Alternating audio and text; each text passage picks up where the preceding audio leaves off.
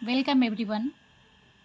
आप सबका आपके अपने चैनल इंग्लिश प्लानर पर बहुत बहुत स्वागत है। तो देखिए, आप सबको पता चल ही गया होगा कि डेट अनाउंस्ड हो गई है। ठीक है, हमारी अभी तक अप्रैल में होने की संभावना थी कि अप्रैल में हमारे टीजीटी पीजीटी के एग्ज़ाम्स होंगे, लेकिन अब रिटन आ गया है कि एग्ज़ाम्स हमारे कब होंगे। असिस्टेंट प्रोफेसर के हैं 16 एंड 17 अप्रैल 2025। हमारा टीजीटी पी का हमारा जो एग्ज़ाम है वो कब है, हमारा इम्पॉर्टेंट तो हमारा टीजीटी पीजीटी का है, तो 14 और 15 मई को है। तो देखिए, सबसे पहले अब आपके पास टाइम सफिशिएंट है, आप अच्छे से अपनी प्रिपरेशन कर सकते हैं। और पीजीटी का जो टाइम है वो है, पीजीटी का टाइम ज़्यादा मिला है, 1 महीने का ज़्यादा टाइम मिल गया है, तो उनके पास सिलेबस भी ज़्यादा होता है इन एवरी सब्जेक्ट। इंग्लिश में ही नहीं, सारे सब्जेक्ट में जो पीजीटी का सिलेबस होता है अकॉर्डिंग टू टीजीटी काफ़ी लेंदी होता है। तो इनके लिए भी क्या है, सफिशिएंट टाइम है।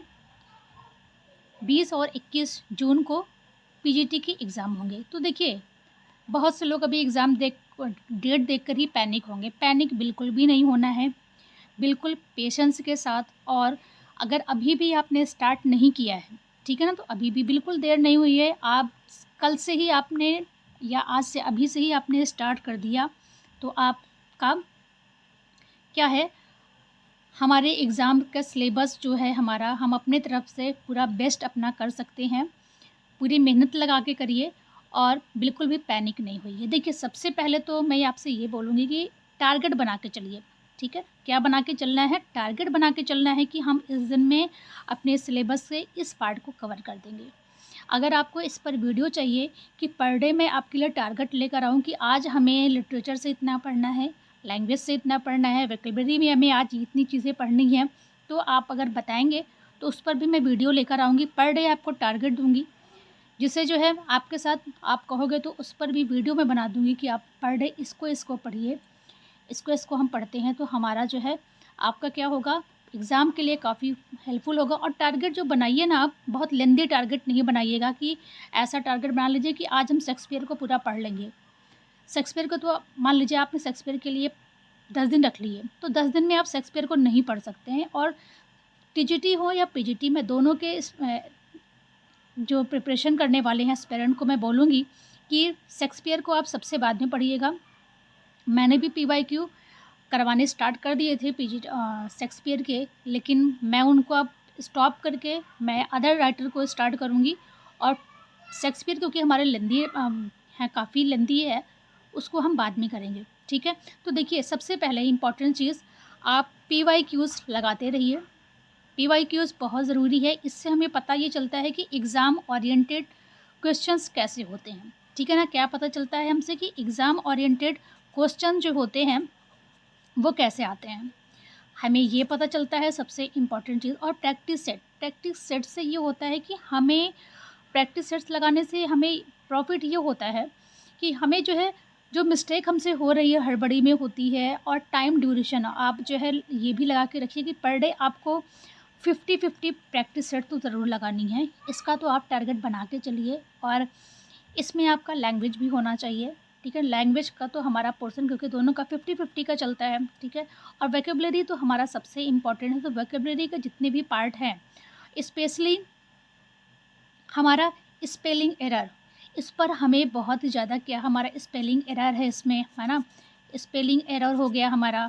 इसमें हमारा सिनोनिम्स होते हैं, एंटोनिम्स होते हैं, वन वर्ड सब्स्टिट्यूशन होता है, इडियम फ्रेज़ होता है, तो इसमें भी हमारा काफ़ी लेंदी है। तो इससे भी हम पर डे टारगेट बना के चलिए कि मान लीजिए आज हमने 10 सबको लेके चलिए आप, ठीक है ना, 10 हमने इसको कर लिया, इसको कर लिया, वन वर्ड सब्स्टिट्यूशन कर लिया। और साथ ही आप कोशिश ये भी करिए कि वोकैब्युलरी वाला जो पोर्शन है इसको लिखना ज़रूर है। देखिए, हमारे पास टाइम सफिशिएंट है, इसको लिखना ज़रूर है।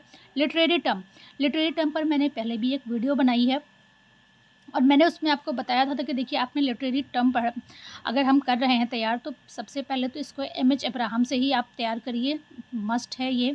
एम.एच. अब्राहम से आप तैयार कर रहे हैं, और इसके साथ साथ लिटरेरी टर्म क्या होती है, प्लस इसको कॉइन किसने किया था, किस राइटर ने इसे कॉइन किया है, एंड किस वर्क में इसे यूज़ किया गया है, फर्स्ट वर्क में किस में इसको यूज़ किया गया, और साथ में इन पर कौन कौन से किस एरा में ये आया है, किस एज में ये लिटरेरी टर्म आया है, ये सारी चीज़ें, और इस पर कौन से इम्पॉर्टेंट वर्क लिखे गए हैं, ठीक है ना। इम्पॉर्टेंट वर्क भी इसमें कौन कौन से लिखे गए हैं, इस पर भी हमें ध्यान देना होगा, ये भी पढ़ना है। और साथ ही राइटर्स जो हमें पढ़ने हैं, जैसे कि टीजीटी में हमारे 4 राइटर ही हैं, तो ठीक है ना। राइटर के साथ ही साथ उनसे के कैलिब्रेशन में किसने काम किया है, उनका इम्पॉर्टेंट वर्क है। अगर इम्पॉर्टेंट वर्क कोई है, जैसे कि ट्रेजडी है, पोइट ट्रेजडी है, या कॉमेडी है, या प्ले है, कुछ भी, तो उसमें मेजर कैरेक्टर जो है ना, जो अगर मेजर वर्क है तो उसके माइनर कैरेक्टर को ध्यान रखना है, माइनर वर्क है तो उसके मेजर कैरेक्टर को ध्यान में रखना है।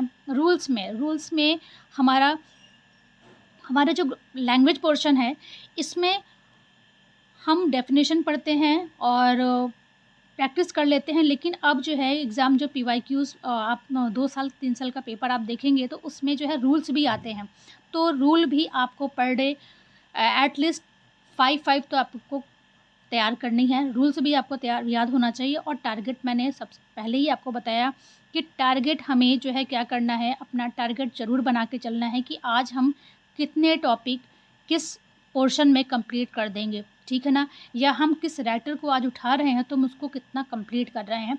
अगर राइटर पे वर्क टारगेट आपको चाहिए कि मैं पर डे आपके लिए टारगेट का भी वीडियो लेकर आऊँ कि हाँ हमें एक दिन, आज हमें जैसे कि कल से हम टारगेट अपना रख लेते हैं तो आज हम कितना पढ़ लेंगे, कितना हमें कवर करना है, तो ये सब चीज़ें आप ध्यान रखिएगा। और ऑल द बेस्ट। आप हार्ड वर्क करेंगे तो हार्ड वर्क की हमें जो है क्या है, हमें रिज़ल्ट अच्छा ज़रूर मिलेगा। और ये ध्यान रखिए, ऑल इज़ वेल।